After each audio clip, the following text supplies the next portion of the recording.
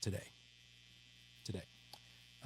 A lot of you know that Denise and I, we took a little mini vacation this week, a little mini trip from Kansas City over to the other side of the state to St. Louis to visit with some family. It's always nice to visit with family that we hadn't seen probably since Christmas time. Denise's brother and his family live over there, and so we decided to go over there and to just have a few days of having fun. And we decided something in the name of fun that we would do.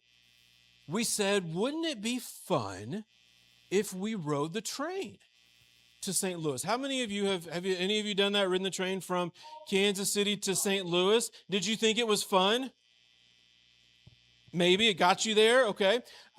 It was fun on the way there, and we had a great time while we were there with family. Yesterday, we had our train trip back. We were supposed to leave at 3:40 and get back here at 7:55 last night. Pretty quick trip. We're like, oh, that'll give us plenty of time to get ready for Sunday, to be prepared for it and well rested and all of that stuff. And can I tell you that what was supposed to be a little over a 4-hour train ride, wouldn't you know that train trip turned into a 15-and-a-half-hour train ride? It did. There was one calamity after another. When I say that, I truly mean that. We were not sure if we were ever going to get home. We were not positive. We were not positive we were going to get back in time literally for today. We got into Lee Summit at 7:30 this morning. And so we have not slept. We went home. I found the clothes that were the least wrinkliest and put them on. And we changed clothes and we got everything together and we got here. And here's what's interesting. Here's what I was thinking about. At one point, I was thinking a lot of things during, there was one stretch where we sat on the train in one spot with no movement for 7.5 hours. And so the reason that all this happened, the storms that came through knocked trees down, power lines that were on the tracks, and they were trying to figure out what to do with that. It was about 11:30. So again, we should have already been home by then. It was 11:30. We were barely outside of St. Louis, and they made an announcement that they were not going to be able to clear the lines and the tracks, and their solution to that was they're going to send buses, but we don't know how long it's going to take for the buses to get here. It could be 2 hours. And we said, okay. So about 1:15, 2 hours later.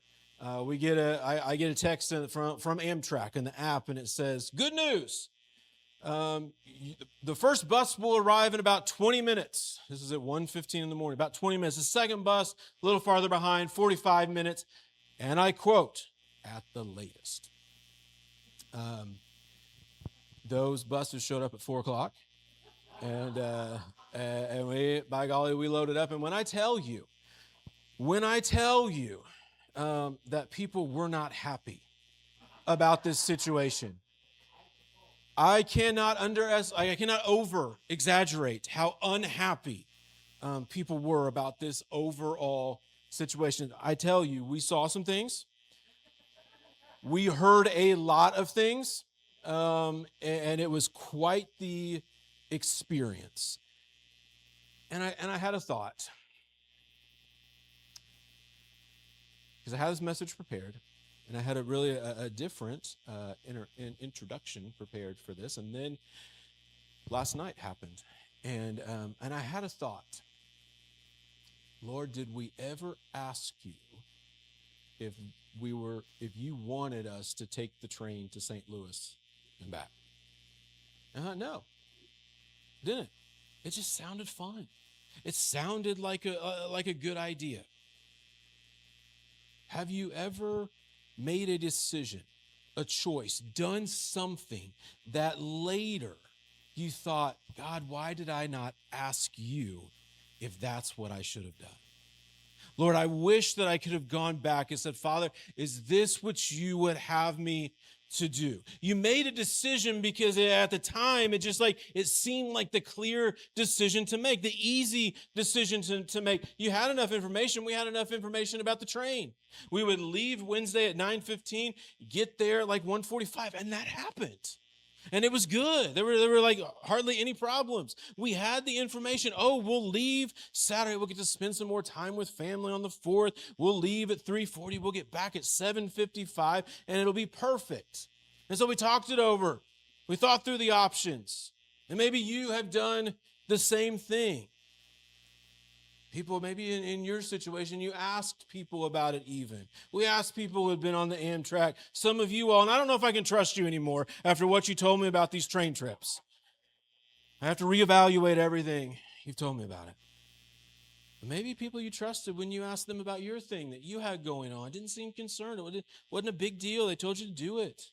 The door looked open, so you just walked right through it. But then later, things went a different way, right, than you expected. Maybe the conversation you've been debating on having didn't go the way that you thought it would. Maybe you committing to someone or something took more out of you than what you had planned. Maybe the relationship became more complicated than it looked from the outside. The opportunity had costs that you didn't see at first. And so the thing that looked simple turned into something that eventually you had to end up carrying and enduring and just hoping you would get through. And somewhere, maybe in the middle of it, maybe at the end of it, you had the thought, you know what, I probably should have prayed about this. Because we usually don't say that before the decision. We say it after the decision starts costing us something, starts affecting us in a way that's not what I want. That's part of what kind of makes prayer a hard thing to talk about sometimes. Last week, we looked at the frustration of praying and feeling like God isn't answering my prayers. Maybe you asked him for help. You asked him for healing. I asked him for a lot of things last night, I will tell you that much. I asked him to shut some people's mouths that I was tired of hearing. I asked him to just start literally pushing the train, clearing things off the track. You ask him for direction. You ask him to move, and then you're left trying to understand why the answer didn't come the way that you had hoped that it would. And so today I want to talk about the decisions we make before really prayer even comes into the equation. Because sometimes we move forward because, you know what, we think I already know enough. Feels practical, feels responsible. Feels like normal life. This is what everybody does. This is just the right decision to make. You're deciding whether to take the job. You're deciding how to handle the relationship. You're deciding how far the relationship will go, whether to make the big purchase. You're deciding if you should say yes to the commitment. Maybe you're deciding how to respond to the text, the conversation, the opportunity, the thing that is just making you feel a whole bunch of pressure in your life. And today we're going to look at a passage of Scripture. We're going to look at a couple of Scriptures. It's in the book of Joshua 9 and 10. And if you have your Bibles, you can start to make your way there, Joshua 9. And we'll spend some time in 10 as well. And if you don't know Joshua's story, he's one of my favorite people from the Bible. Just the whole book is to me, a very special book. If you don't know him and his story, Joshua was the leader of Israel after Moses. So God has delivered the Israelite people out of over 400 years of slavery in Egypt. He's called upon Moses to go and tell the Pharaoh to let his people go. That they will be captives no longer. And it's this whole thing in the book of Exodus. If you haven't looked at that, read through the book of Exodus. Moses led Israel out of Egypt, God's command and help, and they struggled. They ran into some problems, and God was not happy with them. And so the Israelites that God delivered out of Egypt, along with Moses, did not get to go into this promised land that God wanted them to go into. That out of their disobedience, out of their unbelief, they didn't get to. But Joshua was one who lived through all of that, and God called upon him to be the next leader and to lead this people, God's people, into the promised land. And so that's exactly what Joshua does. He readies the people, and they cross the Jordan River and head into a new land that God is going to deliver to them. And Joshua's seen a lot of incredible things happen, impossible things happen. They watched the walls of Jericho fall. They learned through failure at a place called Ai that they couldn't treat obedience just flippantly or casually. God, He's been leading them through victories, correcting them, providing for them, but ultimately giving them victory. And then it's interesting, Joshua reaches a place.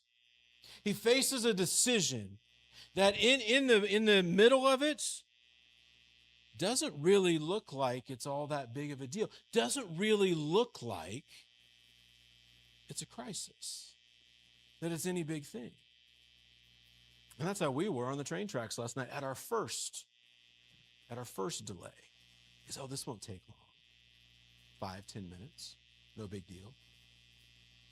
Hour and a half later, we finally start moving, right? Sometimes when you go through the thing at first, you don't realize how big of a deal it is, and you don't realize what exactly you're in for, right? So here's what's going on with the Israelites. A group of men arrive in Israel's camp. And these group of men, they show up kind of how me and Denise and the girls are this morning. We're looking kind of rough. Look kind of tired. Their clothes are worn out. Their sandals on their feet are falling apart. They have bread in bags and they show it to them, and it's dry and it's crumbly. And what they tell Joshua and the Israelite leaders is that they have traveled from a distant country. And they're just asking Israel of one thing: to make peace with them. And so Joshua and the other Israelite leaders, they look at them and they try to find some evidence to back up their story. And so they do what any normal person would do. They start to ask questions. They listen to their story. And everything that they see in front of them seems to check up. Check out. Line up. And look at Joshua 9:14.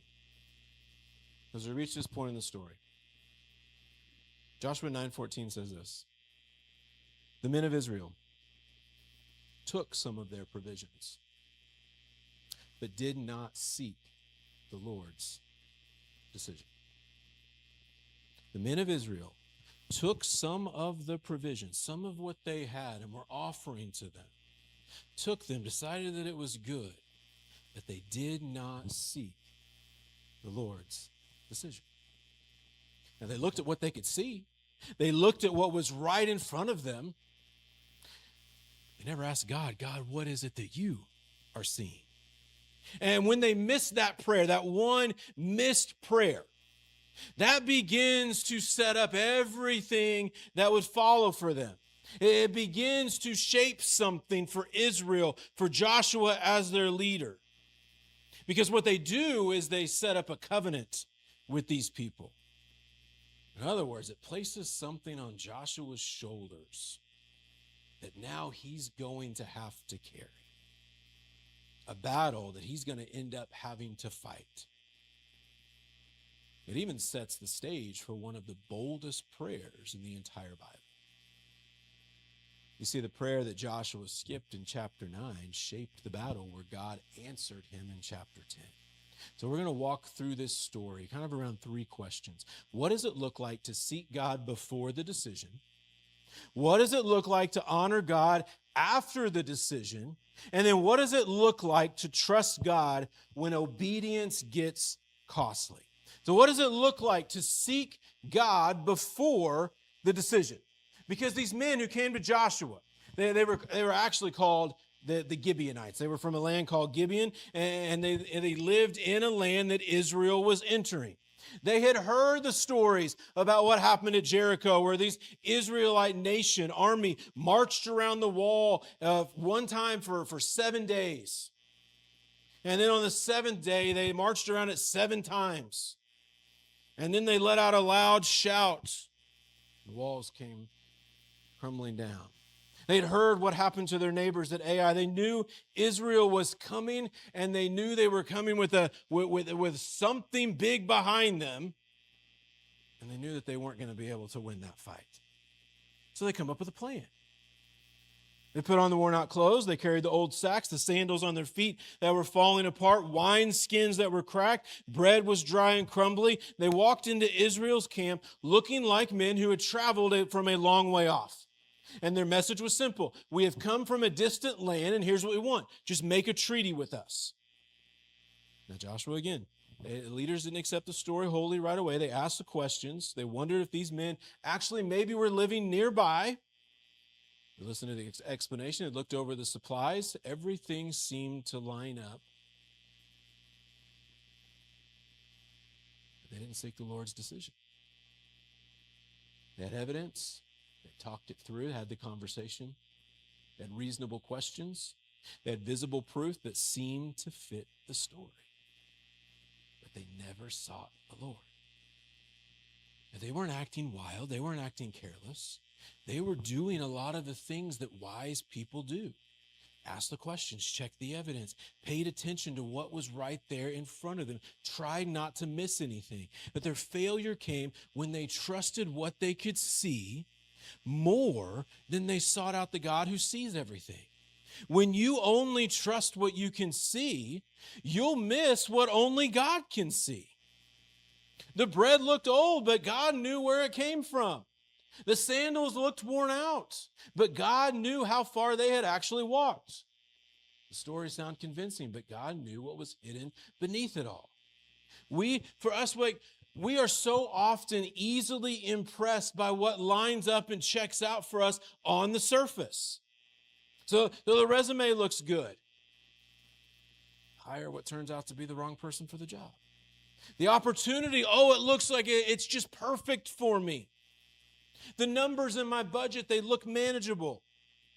The relationship looks promising. The explanation that I'm hearing sounds reasonable. The door seems open. The advice sounds wise. The timing, it feels right. You ever had that thought? Guys, all those things might be worth paying attention to in the moment. God, He does give us minds to think. And He does place people in our paths to counsel us and give us wisdom to guide us.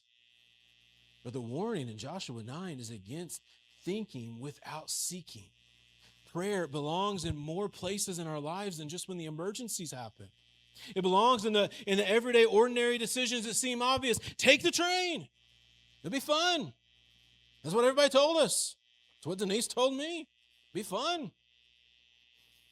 I stared at her a couple times long and hard last night on that train. I wanted to tell her this was all your idea. But I held back. Saved that one for today when she couldn't say anything back.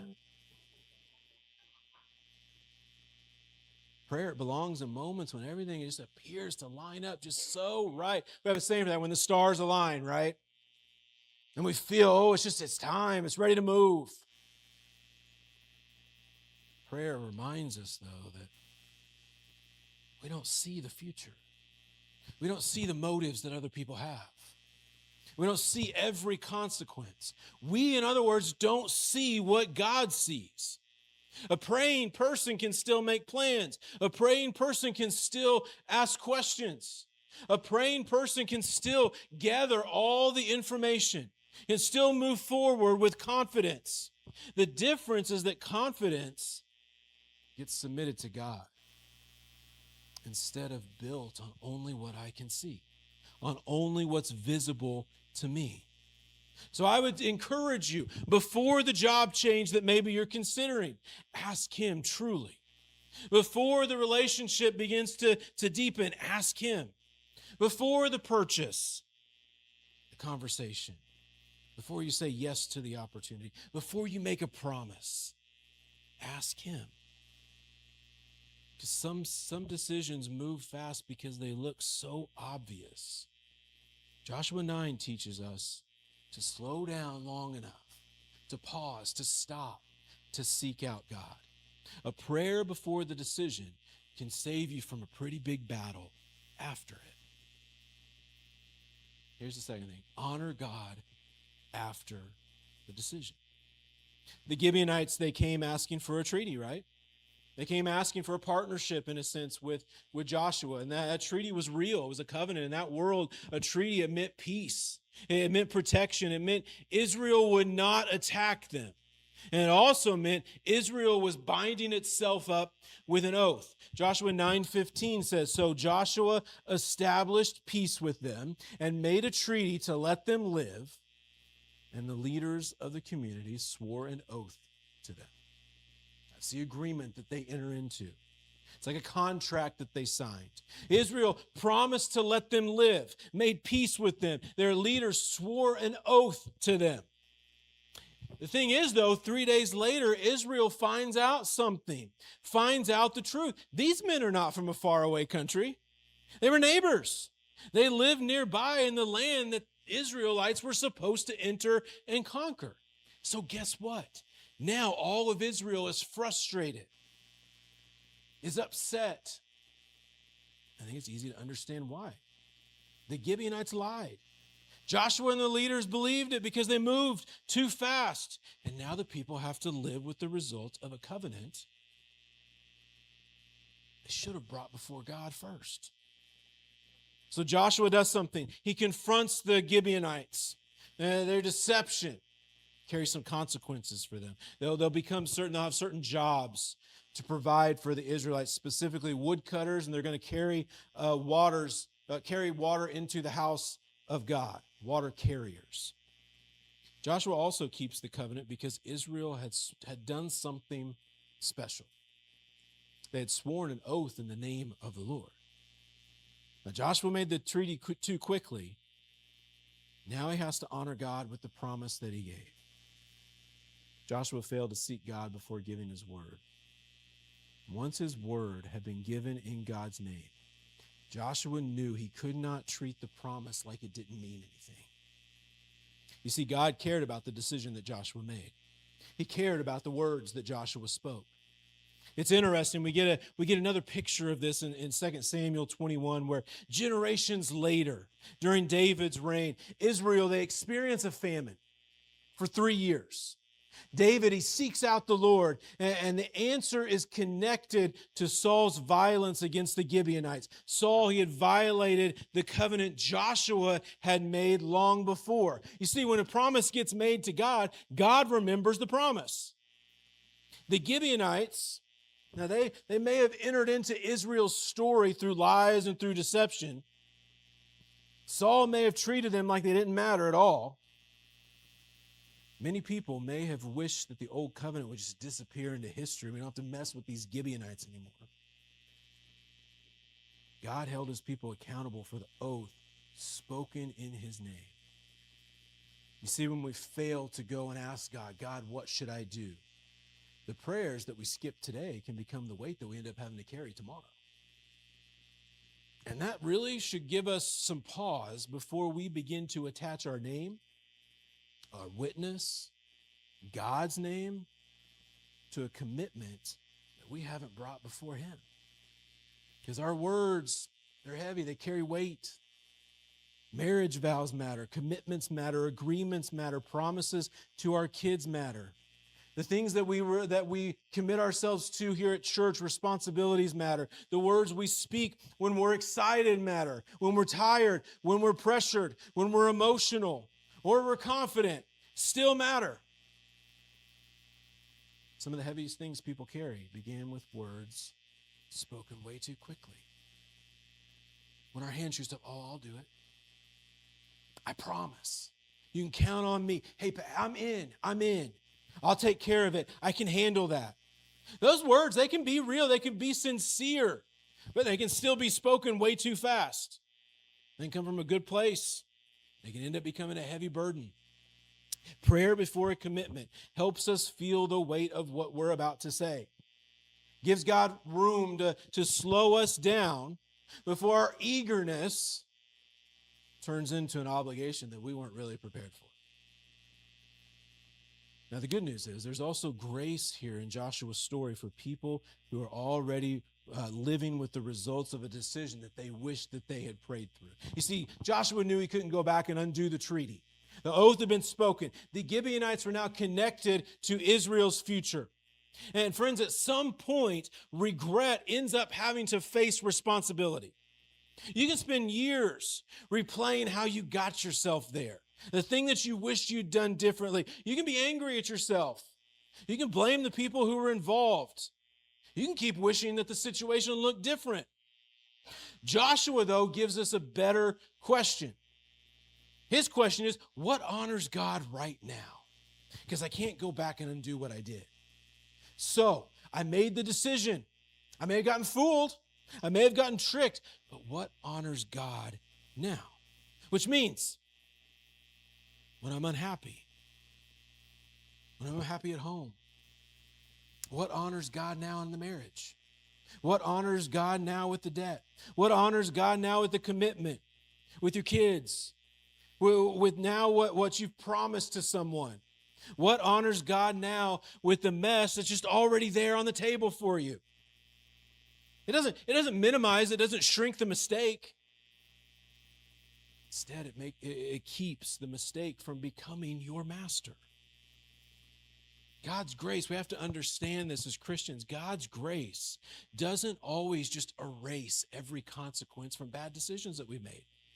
Instead, what God's grace has the ability to do is to teach us how to walk faithfully inside of what it is now that we're carrying, the burden that we have. So that means when we can't rewrite and go back and redo the decision, and what we need to do is honor God from where we are. And then the third thing, we got to trust God in the battle. If we move over to Joshua 10, the book begins with 5 Amorite kings now attacking Gibeon. Gibeon has made peace with Israel, and that made them a target. The Gibeonites send word to Joshua. Hey, Joshua, don't abandon your servants. Come quickly and save us. You see, now Joshua's promise now has a pretty big cost, right? The people who tricked him, who deceived him, now need his help. The covenant made without prayer is going to pull Israel now into battle. You better believe Joshua, he's feeling the weight of that. Maybe it's running through his mind. Maybe this is how I can get out of this treaty. Just let these 5 Amorite kings pile up and get rid of the Gibeonites. Maybe he spent the night just replaying, man, why did I not see their descent? Why couldn't I see through it? He could resent them. He could talk himself into staying out of it. He could remind himself there's the whole situation. It's because they tricked me. They lied to me. Friends, don't we deal with that in our relationships, in our jobs, in our situations? But the thing was, Joshua had given his word. So he gathers the fighting men, and he marches through the night from a place called Gilgal to Gibeon. And before we're going to read something, Joshua prays a big prayer. He walks all night to fulfill a promise that he had made to these people who had tricked him. He isn't standing like in comfort back at home asking God, hey, God, you take care of them. God, you're the God I serve, so you take care of it. Instead, he marches his men into a battle connected to a promise that he's trying to honor before the Lord. And God speaks to Joshua before the battle, and he says, Joshua, do not be afraid of them, for I have handed them over to you. Not one of them will be able to stand against you. So Joshua fights. It says God throws the enemy into confusion. God sends down these huge hailstones. The battle keeps going, though, and something begins to happen. The day is literally running out. And Joshua knows I'm close to winning. I'm so close. It's just I'm running out of time. And I don't want to lose what we've gained here. And so Joshua does something. He prays. Joshua 10, verse 12, he says this, sun, stand still over Gibeon, and moon over the valley of Ajalon. Sun, stand still. And guess what God does? God says yes. The sun stands still. The day is extended, and Israel finishes the battle victorious. You see, I believe that bold prayers grow from costly obedience. Joshua's bold prayer came after he had already chosen faithfulness to God, faithfulness to the covenant. He honored it. He marched through the night. He brings these men, his men, into a battle he wouldn't have picked for himself. He did it because obedience required it. God's yes met Joshua in the battle his obedience required. I think that gives us a healthy picture of what bold prayers is. Bold prayer is not just, spiritual hype, God do this, God do that. It's not trying to impress God with look at this big request that I'm making, God. Our bold prayers grow as we walk with God in just the responsibility that's right there in front of us. And so I think there are people out there who want really bold faith in the crisis, while in the ordinary decisions, they just rely on themselves. And what Joshua's story does here is that it's meant to call out to us. It's meant to call us into a deeper prayer life, which means I got to seek God before the decision. Whether I make the good decision after I've sought after God, or I don't ever seek him and I make the bad decision, honor God with your word and ask God for help in the battle. When obedience gets costly, you see, prayer becomes less about sounding bold and more depending on the God who can do what it is that we can't. And so maybe the battle you're in, maybe it came from somebody else's deception. Maybe it came from your own rushed decision. Maybe it came from a promise you made before you really understood the cost. Maybe it came from doing the right thing after you took a wrong turn somewhere. Joshua 10, what we see take place, the place that we're in because of those decisions that we wish we hadn't made, Joshua 10 gives us hope for that place. Because see, the battle may be bigger than you expected, but God isn't limited by what you failed to ask him earlier. The consequences, those may still be real, but God has the power and the ability to still meet you in the middle of them. The obedience may cost you more than you thought, but God knows how to sustain people who are trying with everything that they have to honor him. God's yes met Joshua in the battle that his obedience required. And here's the good news for us today. The story doesn't end with Joshua. His name already in an awesome way points beyond him. You see, Joshua, that name means the Lord saves. Jesus carries that same name. You see, Jesus is the greater Joshua, the truer Joshua, the one who does completely what Joshua could only picture in part. Joshua, he led Israel into the land of promise. Jesus leads his people into the kingdom of God. Joshua fought enemies in Canaan. Jesus has defeated sin, death, hell, and the grave. Joshua, he failed to seek the Lord in his decision. Jesus lived in perfect dependence on the Father. Jesus prayed before choosing the 12. He withdrew to pray when crowds pressed around him. He prayed in lonely places. He prayed before the cross in the garden with the weight of our salvation bearing down on him. What is it he said? What was his prayer? Lord, not my will. Not my will be done, but your will be done.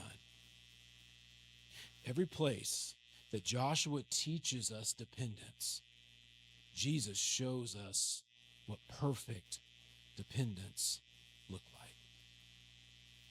Jesus kept a covenant with people who had deceived him, or Joshua did. Jesus kept a covenant for people who had sinned against him. The Gibeonites, they came to Joshua pretending to be outsiders from a distant land. We come to Jesus with no disguise that can fool him. He knows exactly who we are. He knows our sin, our failure, our pride, our prayerlessness, our broken promises, and every battle in our lives that we helped create. And still, he receives sinners who come to him. Joshua prayed for the sun to stand still so the battle could be finished. When Jesus hung on the cross, the sky went dark as he finished the greater battle for our salvation.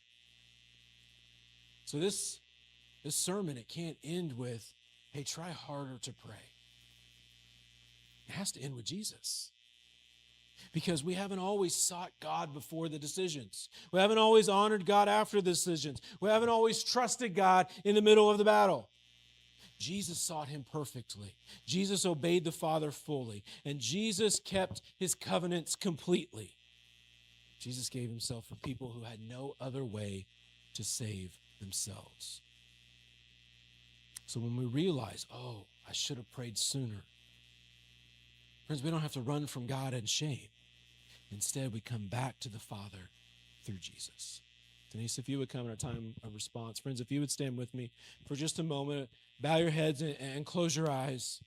We say this is our response time, which is just our opportunity to respond however God has been speaking to you this morning. Whatever it is that he's been saying. Last week, we asked why our prayers don't always seem to work. This week, Joshua gives us another question. Where have I stopped asking God because I think I already know enough? I think I already have it figured out. Maybe that's a relationship, a financial decision, something with your schedule, something here at church, like VBS. Maybe you determine, no, I'm not going to help with that. Don't they know I don't like little kids? Maybe these guys said, oh, I want to do something special through you. Watch what I'll do to your heart. Watch how you see those kids and how they would normally drive you nuts. And that week, your heart's going to melt for them. Maybe it's a commitment you're about to make. The guy says, oh, don't do it yet. I know it looks right and it feels right. But my timing is just not right. Maybe it's something that just feels ordinary enough that you haven't thought to pray about it. So seek him. Maybe in this time, in this moment, seek him about the decision. Honor him with your word. Maybe it goes back to a past decision.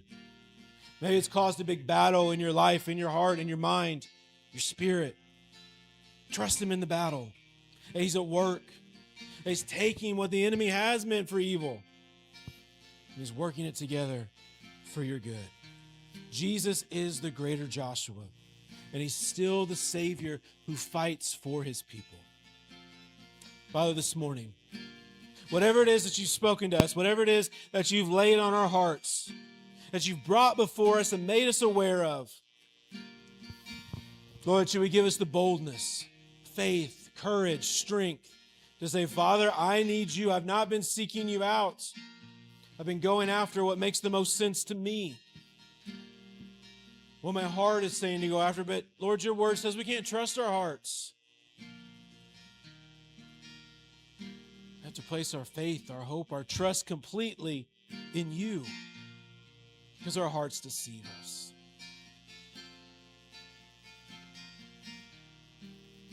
Lord, that you would speak your truth to us this morning.